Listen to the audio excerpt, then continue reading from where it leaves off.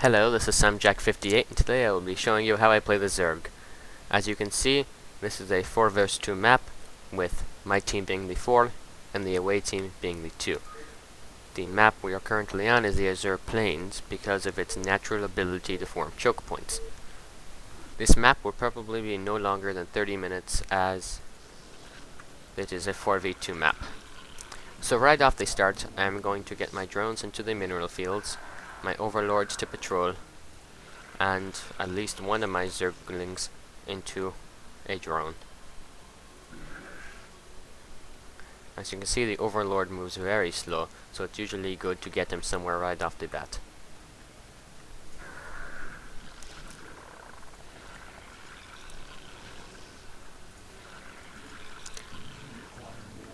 I usually wait until I have about 9 to 10 drones in the field until I will think about making sunken colonies or expanding.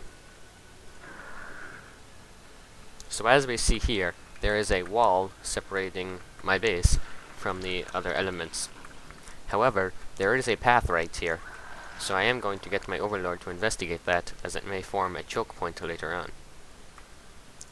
In my allies' bases, we can see that there's not much going on at this point, but there may be later on.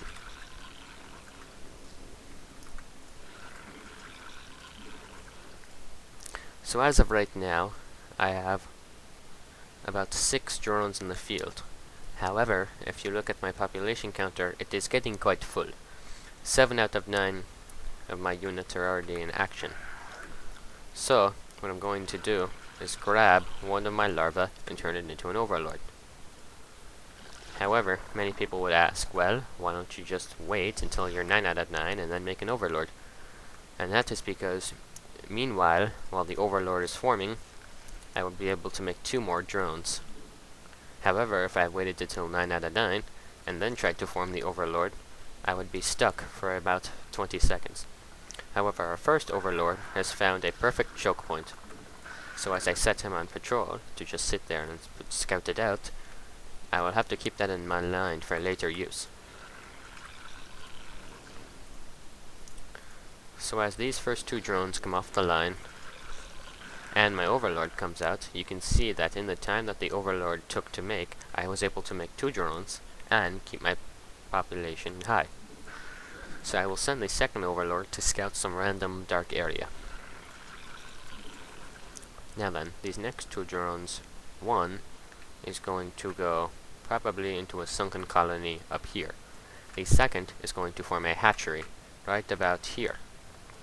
The reason for that is a sunken colony will let me create zerglings, and the hatchery will expand my creep into the choke point so that I may build sunken colonies. So, spawning pool at the top, and the hatchery right there. Uh-oh, I do not have enough minerals. Well, in the meantime, I'll just put a drone to the fields, and I'll take 1 larva and turn it into a drone. That way, by the time that the drone has hatched, I will be able to have 300 minerals. In our friends' bases, you can say the exact thing. There are now 2 overlords and 1 hatchery. That is generally the rule I have. In some bases, however, there are not hatcheries. We can expect those to eventually form a similar... Oh, he will not. Interesting.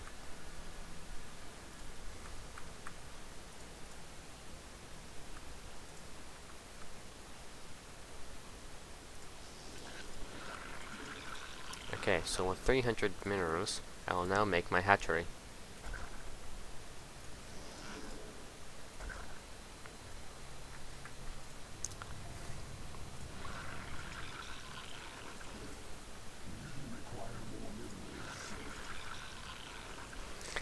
I'm also going to train 3 drones in preparation for this next step. Once the spawning pool is done, I'm not instantly going to create zerglings.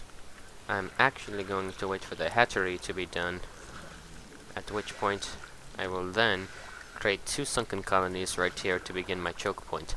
As the sunken colonies are created, they will expand my creep to about here. As those 2 sunken colonies are created, the creep will expand and expand and expand. However, I will probably only keep the sunken colonies in the choke point, as the creep does not have to extend to here yet. As a Zerg player, you can only build on the creep, so that is something good to keep in mind.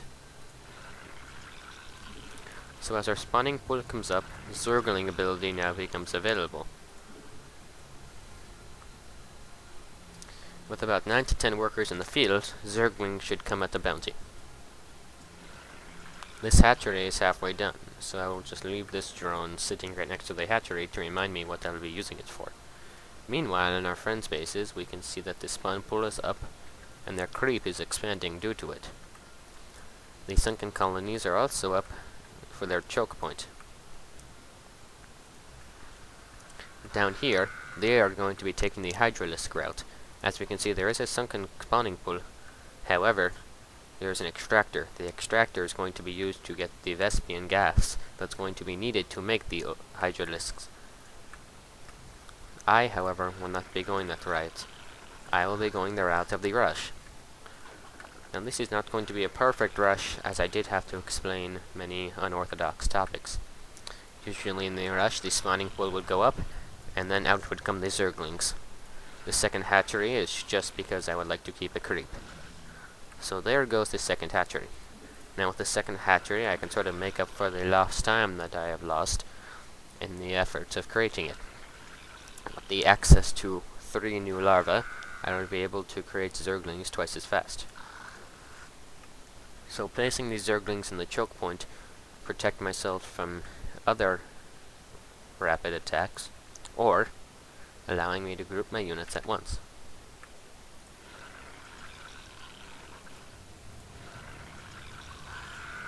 So as we can see here, with the Zerglings done, I'm now going to move them with the rest of them. However, I'm also going to make my creep colonies now, not as far forward as I would like, however it will suffice. Ooh. As Zerg, you must keep track of your units counter, because the Zerg are the most who has queens, so they will not be going anywhere quite soon. White, on the other hand, is a different story. With no lurkers, they will die.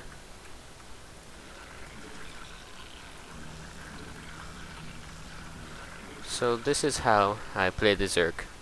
Outnumbered with me in favor, as well as a giant Zerg rush on the end to make everyone happy.